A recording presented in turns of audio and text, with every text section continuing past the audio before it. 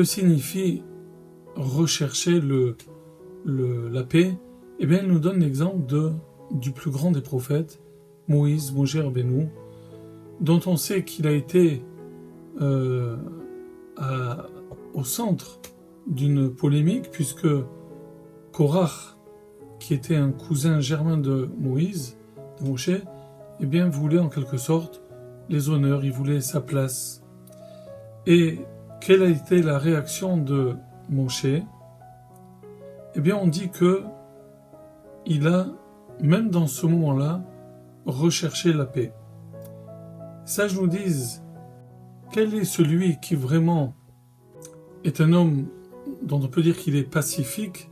Zamedaber Shalom Shatamachloket, c'est celui qui, même au moment de la tourmente, même au moment de la dispute, au moment même dans le feu, j'allais dire, de l'action, eh bien cet homme-là, il recherche la paix, il va avoir de cesse uniquement que de rechercher la paix, il va être mevatel kevodo, annuler son honneur.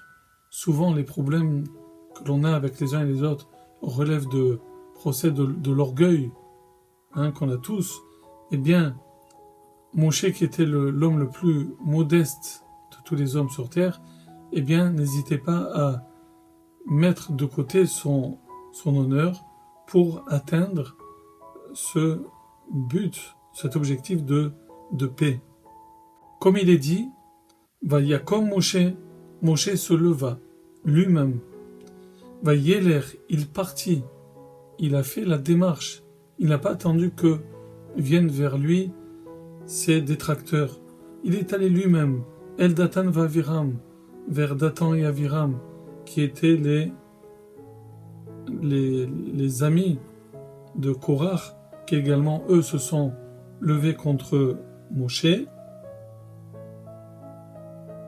il est allé, nous dit le Midrash, pour justement trouver un petit accord pour faire la paix. Donc Moshe se leva. Imaginez aujourd'hui un président qui a eu maille à partir avec telle ou telle personne, eh bien, qui lui-même irait humblement, simplement, voir se déplacer, mettre son orgueil de côté et aller faire la paix. Eh bien, c'est ce qu'a fait Moshe Rabbeinu. Viens voir, nous dit le livre Ma'alot Amidot, la force du Shalom. Pourquoi? Parce que le premier jour de la création du monde, Dieu a créé la lumière. Eh bien, la lumière est synonyme de paix.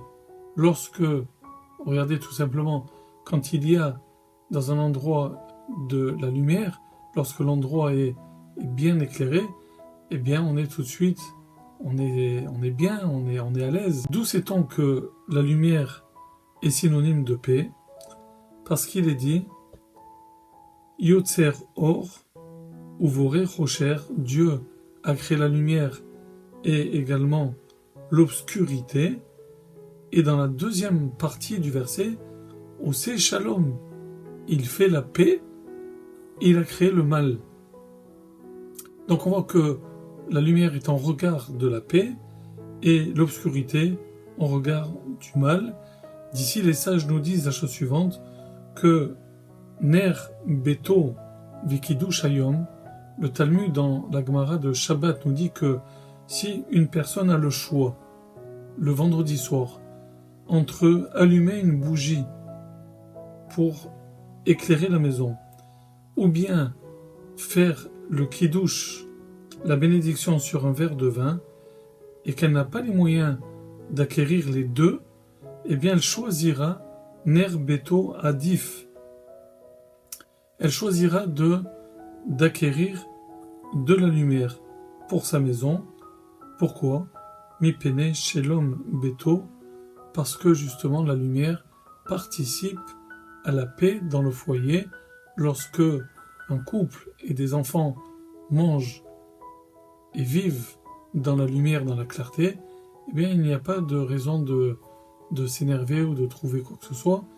Il y a la sérénité, l'ambiance, l'atmosphère est apaisée, alors que si nous nous trouvons dans l'obscurité, eh bien c'est l'occasion peut-être de s'énerver, et c'est tout naturel.